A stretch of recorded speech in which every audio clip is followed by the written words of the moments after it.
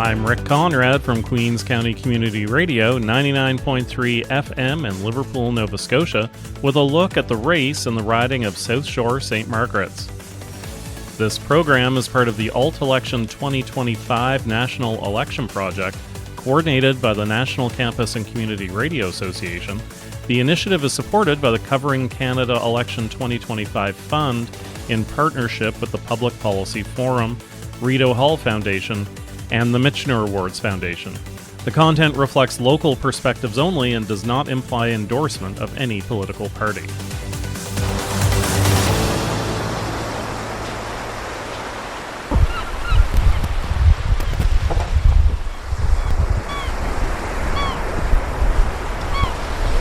Many people may know the South Shore of Nova Scotia for its ocean breezes and waterfront vistas, drawing thousands of tourists each year to relax on its many beaches. But in the 2025 federal election campaign, there's nothing laid back about the race to win the riding of South Shore St. Margaret's. Incumbent Rick Perkins is trying to keep the seat for the Conservatives, while newcomer Jessica Fancy Landry hopes to win it back for the Liberals. Mark Embret is running for the Green Party, and Patrick Boyd is representing the People's Party of Canada. Hayden Henderson is running as an independent. In the 2021 election, Perkins beat Liberal incumbent Bernadette Jordan by about 4%, or 1,800 votes. The NDP finished a strong third, capturing 19% of the vote. This time, however, with no declared NDP candidate, it appears to be a two-way race between Conservative Perkins and Liberal Fancy Landry in the April 28th vote. Perkins lives in St. Margaret's Bay and says this is the most enthusiastic that voters have been since he first ran in 2019. And this is the best response I've had in all three elections at the doors. I'm getting a great response, a lot of people appreciating the job I've done for the last 4 years, and we're almost running out of signs. And I think we've put out, I don't know what it is, probably about 1,500 signs, so we're having to do another sign order. Fancy Landry is originally from Caledonia, Queens County, and now lives in Bridgewater. The first-time candidate says it's been an energetic campaign so far, with lots of great conversations with voters. Definitely tariffs and Trump seem to be on the lips of everybody that we are talking to. Affordability. And different areas of affordability, affordability under that kind of umbrella. If you're in Bridgewater, housing is huge, right? The number of houses and the affordability of houses. We're hearing a lot of, environmental coastal impact, whether it's fishing, whether it's, Christmas tree farming, whether it's some of our forestry. People have really been reaching out to see, what we can do to help bolster and support the different economies along our South Shore as well. The Greens' Mark Embret is an implementation scientist with Nova Scotia Health. This is the Queensland resident's first full campaign, though he's had his name on the ballot in previous elections for the Greens. I wanted to run because I think, like a lot of people in the province, we're political observers, and we've really seen how the politics have really become very partisan. And, and it's really resulted in a lot of leaders representing their party instead of their communities and the people in their communities. And what we've seen really is more and more division. We've seen the highest rate of income inequality in Canada, which is a very good indicator of the health of a population. And, we've seen middle and low income families getting taxed more than billionaires in Canada, which we think is unfair. So I thought it was time to stop being a passive observer and really start to become a little more active, make people more aware of what are the solutions out there. We don't always have to keep on doing the same old thing. And so I decided to align myself with the Green Party because their values around equity and transparency in government and fairness in policies really echoed my own beliefs and my own values. The People's Party's Boyd is originally from Vancouver and moved to Sable River 3 years ago, after spending some time overseas in international banking. This is the first campaign for the consultant and hobby farmer. Basically, when I was going through university, I was a Liberal, and then when I came back, I was pretty excited about the Conservatives and with Pierre Poilievre, but I've really been disenfranchised now that I've been back in Canada and I look at the last 10 years of what I would describe as a globalist managed decline. We're sicker than we've ever been, we're poorer than we've ever been, we're more censored than we've ever been, and at the same time, you can see the parties that are running, they can really be described as a globalist uniparty. So whether you're on the Liberal side or the Conservative side, it's really hard to differentiate or distinguish between policies. I don't believe we should be focused on NATO forever wars. I don't believe we should be promoting or staying silent on the harms from mRNA and the World Health Organization rollout of vaccines. I don't think that CO2 or carbon dioxide should be a means of ushering in, let's call it what it is, neo-feudalism. I think CO2 is plant food, and I think we've got the science to back that up. And I also don't believe that we should focus on mass migration or mass immigration, particularly unskilled mass immigration. The riding of South Shore St. Margaret's covers a vast territory of almost 8,500 square kilometers with about 80,000 voters. According to numbers from Elections Canada, about 19,000 people have already voted in advance polls in the riding over the Easter weekend. That's just under 25% of eligible voters. The riding includes the counties of Lunenburg, Queens, and Shelburne, and parts of Halifax County near Hammonds Plains and St. Margaret's Bay. It takes in the picturesque Atlantic coastline as well as many inland communities.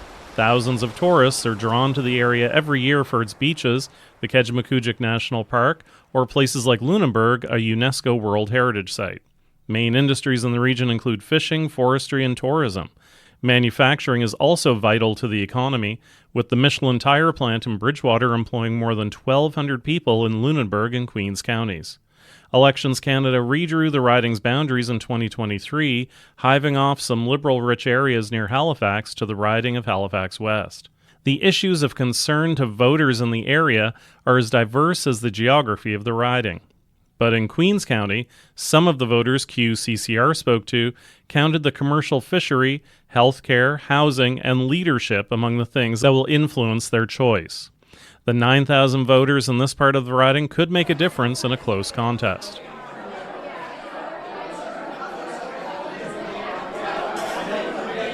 name is Regala Jones, the Executive Director at the Southeast Chamber of Commerce. Thank you all for being here today.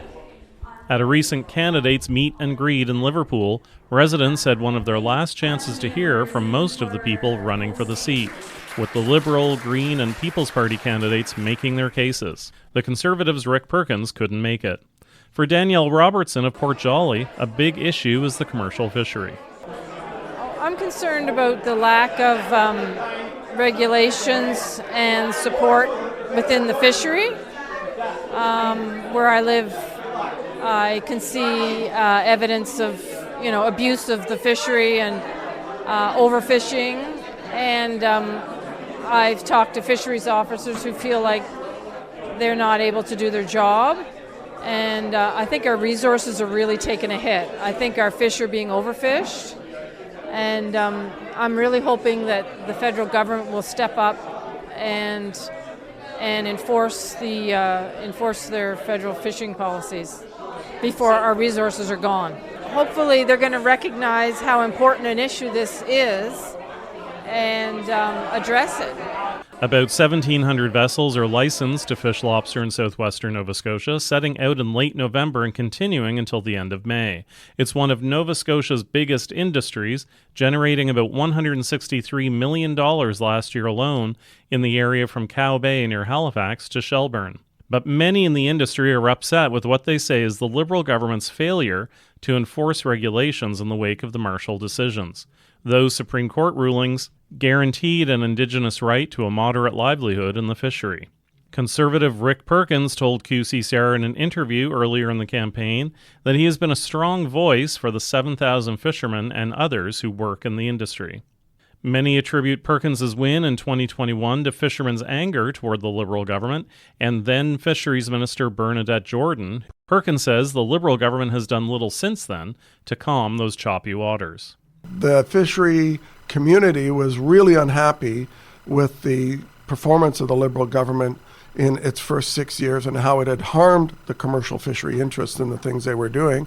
And that's why I got a strong mandate from that community. It's actually a little overwhelming how much the fishing community all over the province, not just in the South Shore, are supporting against the very stupid and destructive policies that the Liberal government has done through seven fisheries ministers in 10 years. That shows how little they care about the fishery, that they keep switching it out. It's just a stop on another part of somebody's ministerial career as opposed to somebody who's passionate, knowledgeable, and sides with commercial harvesters.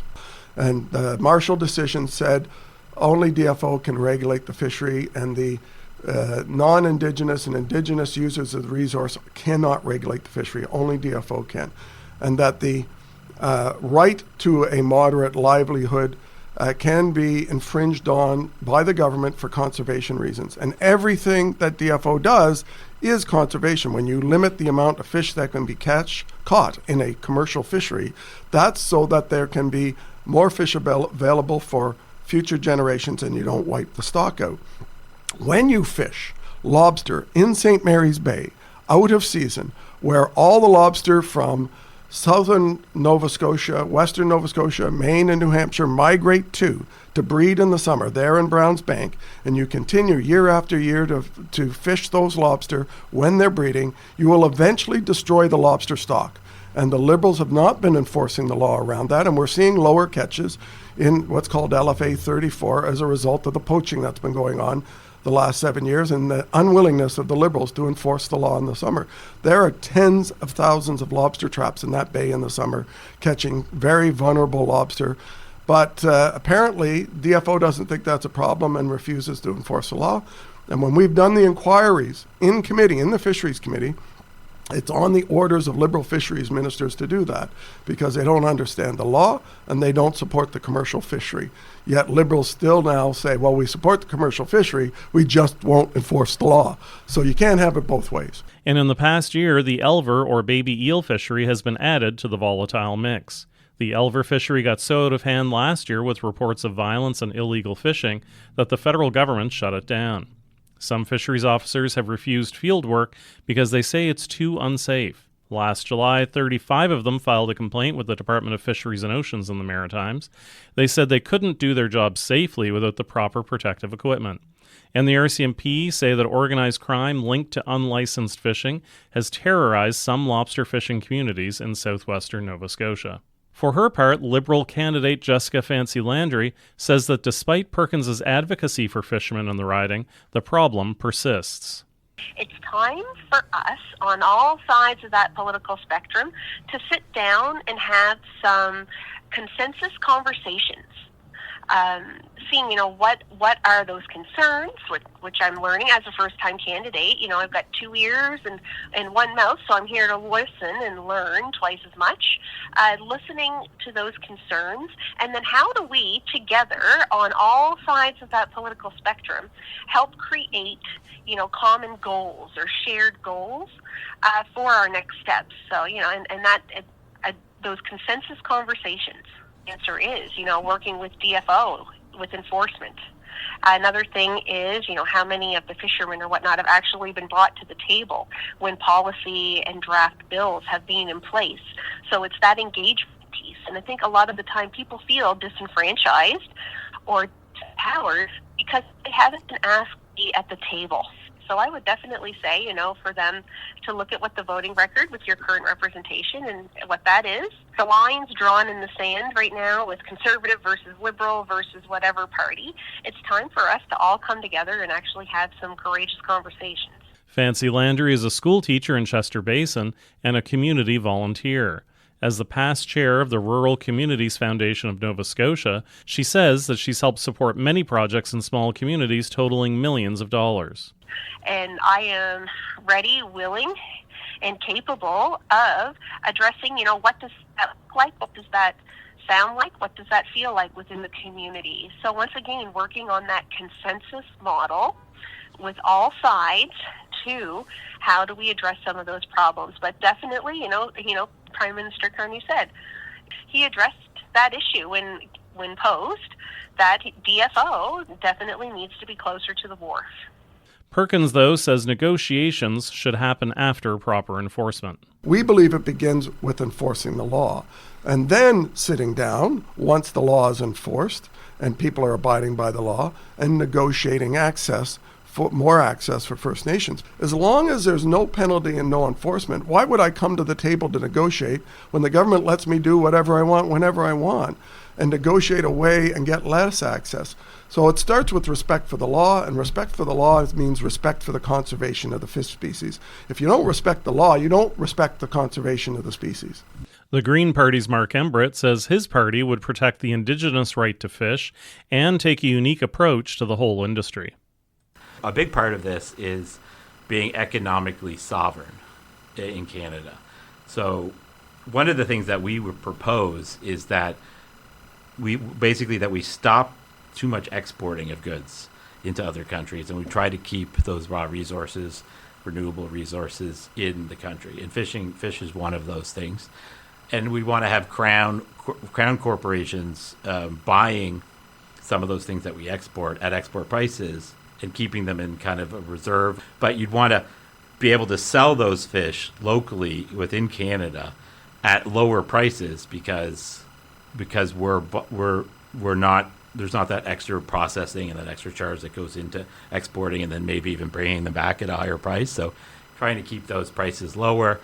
And, I think the federal government and these crown corporations would be great customers for the fisheries and keep it sustainable. Pat Boyd of the People's Party says he wants to see the government outfit fisheries officers with the appropriate body armor that they've requested. If you're a fisheries officer, you need to have the leadership support to enforce regulations, because a fisheries officer is essentially a law enforcement officer. So that's number one. So they need to have the support from within their organization to enforce those regulations. The second thing that they've been asking for has been the equipment so that they feel like they're able to safely complete or fulfill their role. And so one of those examples would be body armor.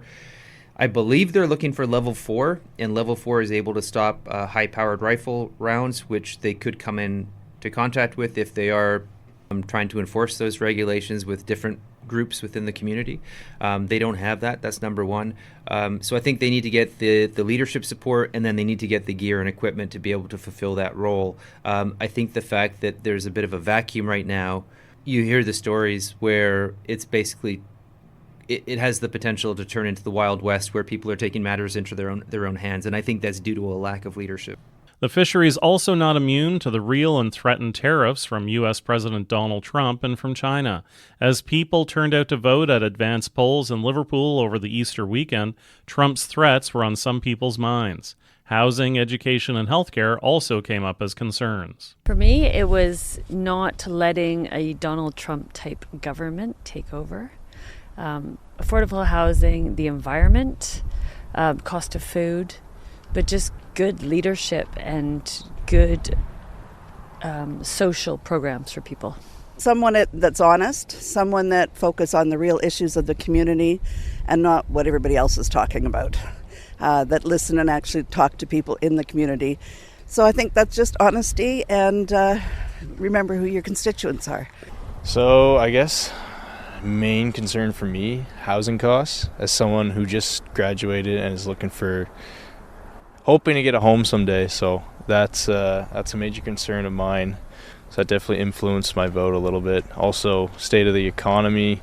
Both the main two, the Liberal Party and the Conservative Party, they both had good arguments. I know Carney has had more experience with that type of stuff, but I also know that Pierre, what he's offering for us, hopefully makes the housing prices go down, but I guess we'll see. My biggest thing is we have to get somebody different in there, and we have to just do the best we can, I guess. Well, Trudeau didn't do a great job. He cut many things. Health care is huge for me. Long-term care is very important. I'm thinking about housing, the environment, and health care. The education and health care are the two main things for me. Well, because they're picking at them. They're going at them and they're destroying the health care system the way and it was working fine. To me, it was working fine. But the education too, they're talking about, closing schools and stuff in the States.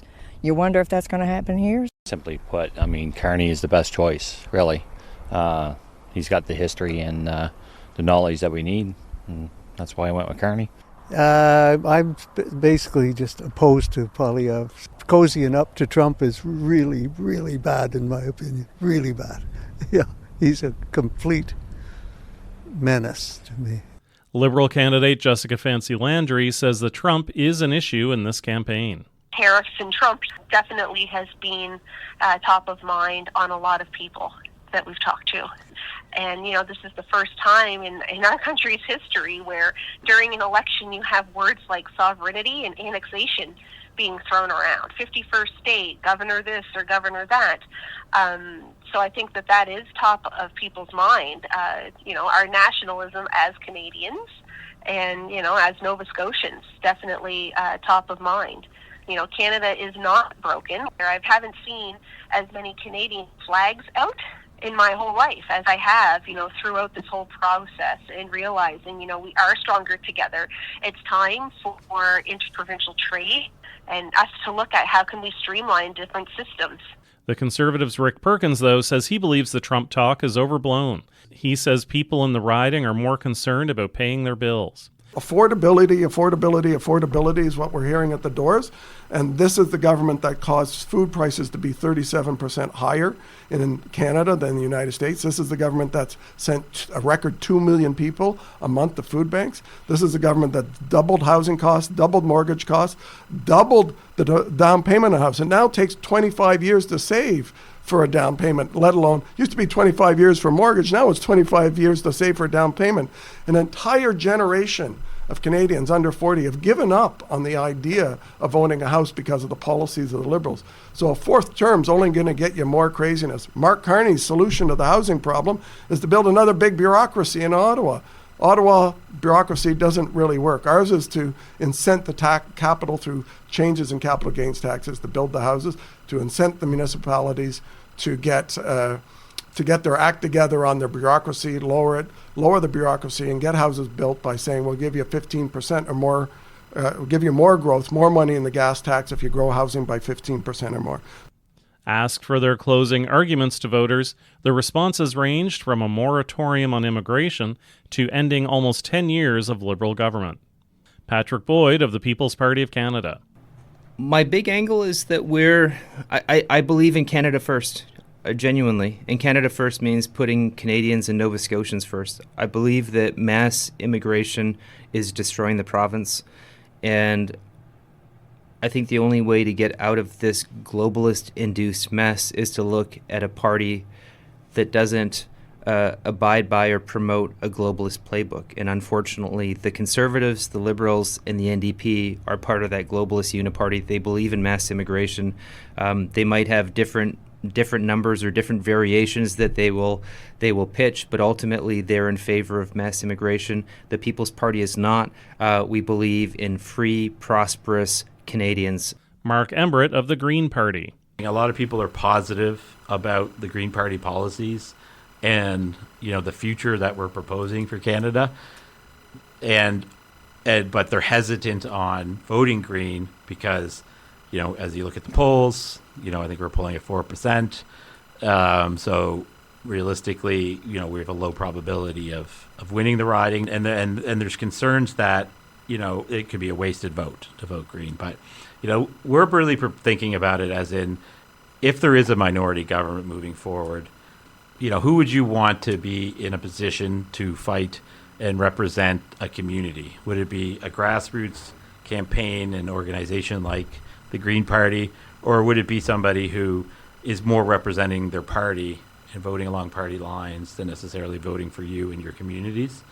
You know, whether it's the Green Party or not that ends up implementing a lot of these policies, we think we're putting pressure on the leaders of today and leaders of tomorrow to think about them as possible solutions to a lot of the issues that we're seeing. Liberal Jessica Fancy Landry. Advocation and action, right? I feel like I will be a true constituency MP. You will see me. I have local roots. I have been working throughout the whole province on building strong communities that feel empowered to take action. I have felt with this campaign and people realizing that, you know, action needs to happen in the redevelopment of different parties and people working together. And I am just so excited to be part of that process. It's a new process, new programming, and having Prime Minister Carney, who has that fiscally responsibility, like the social, you know, perspective, that's really huge in having someone who values people first. And, you know, as we all know, his economic background. So I really feel that, you know, there's some secret sauce there to some success. And Conservative Rick Perkins. I'll say three things. One, if you ask any fisherman in Nova Scotia, they'll tell you I'm their voice. And it's you know, that and Michelin are our two biggest industries in Nova Scotia. And I've been a vocal voice for both of them in Parliament against the stupidity of government. You know, the first thing to fix fisheries policy is to stop the stupid. And there's been a lot of stupid in Ottawa around the fishery and in forced seasons for a reason. Secondly, I think we are the only party that's actually put forward a detailed, concrete plan on how to deal with diversifying our economy so we're not as dependent on the U.S. It's a nice thing to say and have a resume. It's another thing to actually have a plan. And we have a detailed plan. And third, because after 10 years, I don't think the Liberals deserve a fourth mandate to continue to screw up our economy. Voters go to the polls on Monday, April 28th.